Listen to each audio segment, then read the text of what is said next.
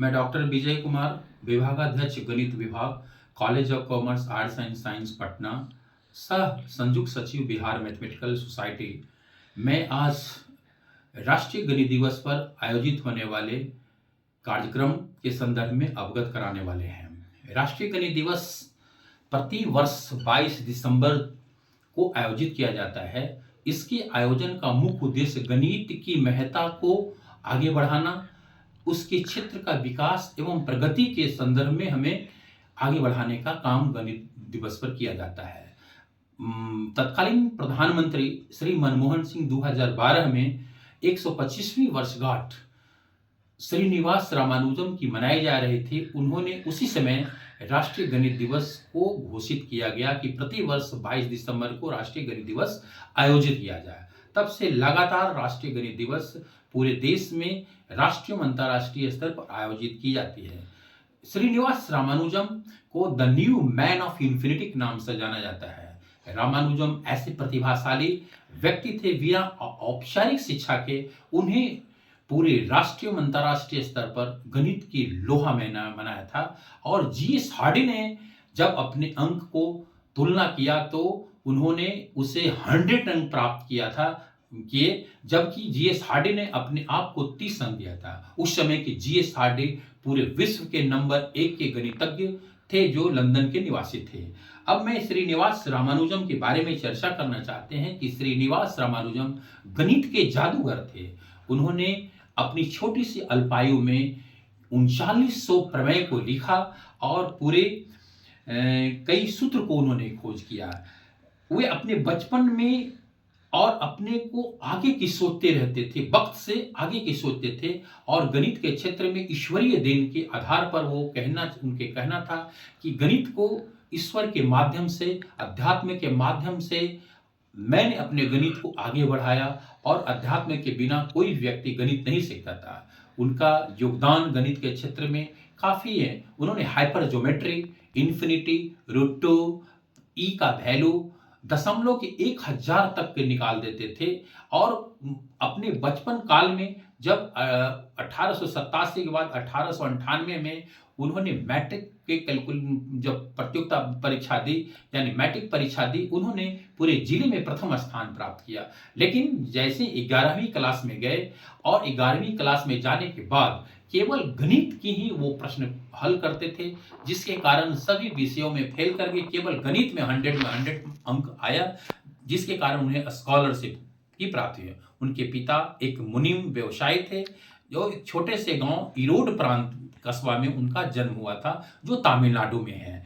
तो श्रीनिवास रामानुजम जिस समय अपने वर्ग में पढ़ते थे, जिस समय 7वीं क्लास में थे, वे स्नातक एवं स्नातकोत्तर के छात्रों को पढ़ाते थे। तो ये समझ सकते हैं कि उनके गणित के प्रति कितना रुझान था। और 12 वर्ष की आयु में उन्होंने बर्नौली थ्योरम को प्रूफ कर दिया। उनके कई योगदान जो गणित के क्षेत्र में, वो हाइपर ज्योमेट्रिक है, क्या योगदान है। उसके बाद जो है उन्होंने जो गणित में सबसे कम उम्र में royal school of science society यानी ब्रिटेन के ट्रिनिटी कॉलेज में उन्होंने सबसे कम आयु में फेलोशिप की उपाधि दी गई थी। इस प्रकार गणित की योगदान में उन्हें संख्या पद्धति के नाम से जाना जाता है।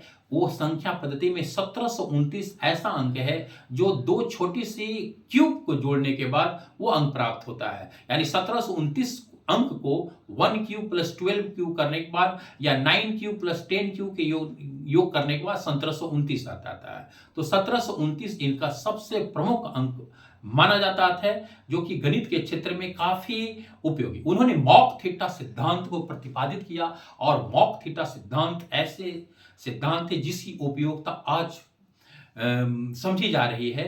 और जो कैंसर की कोशिकाओं की अभिवृद्धि एकाएक होती है, उस कैंसर की कोशिकाओं को अभिवृद्धि को दवा को देने के लिए मॉक थीटा का उपयोग आज किया जा रहा है। और उसकी सेल कोशिका को वृद्धि को रोकने के लिए या वृद्धि को समझने के लिए आज मॉक थीटा के क्रिस्टल साइंस में भी रामानुजम की काफी योगदान है। विज्ञान में जो काफी रोचक रूप से उन्होंने गणित की कल्पना। कौन कहता है कि आसमान में सुराग नहीं होते हैं, एक पत्थर की तबीयत से उछालो यारो, यानी गणित को उन्होंने पूरे वर्ल्ड लेवल पर अपनी परचम को लहराई और इस दिशा में काफी उन्होंने काम किया। तो इसके बाद उन्होंने 1898 के बाद 1905 में मद्रास विश्वविद्यालय से उन्होंने स्नातक की डिग्री हासिल की। 1911 में पहला पब्लिकेशन इंडियन मैथमेटिकल सोसाइटी में पब्लिश किया गया था। इसके बाद पूरे देश में, पूरे वर्ल्ड में उनकी नाम की ख्याति आई। तत्पश्चात उन्होंने 1918 में लंदन सोसाइटी में फेलोशिप के लिए उनका चयन किया गया। लेकिन गणित में उनके मॉक थीटा सिद्धांत, Bernoulli's theorem, geometric, Riemann series, elliptical calculus, mock theta function, hyper geometric series कई ऐसे ऐसे नए सिद्धांत दिए जिसके कारण उन्हें गणित के एक महान जादूगर के रूप में जाना जाता है।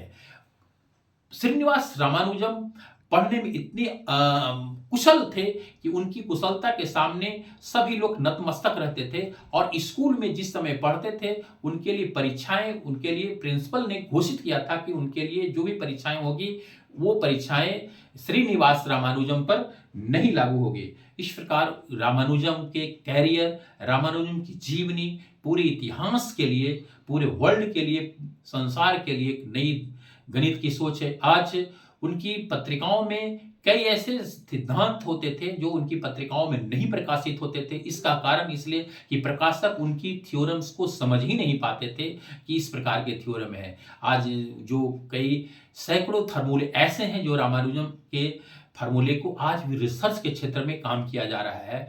तो आज मैं इस रामानुजम की दिवस पर, जो 136वीं रामानुजम दिवस 2023 में मनाई जा रही है, इसके लिए हम बिहार मैथमेटिकल सोसाइटी की ओर से उन्हें श्रद्धा सुमन अर्पित करते हैं।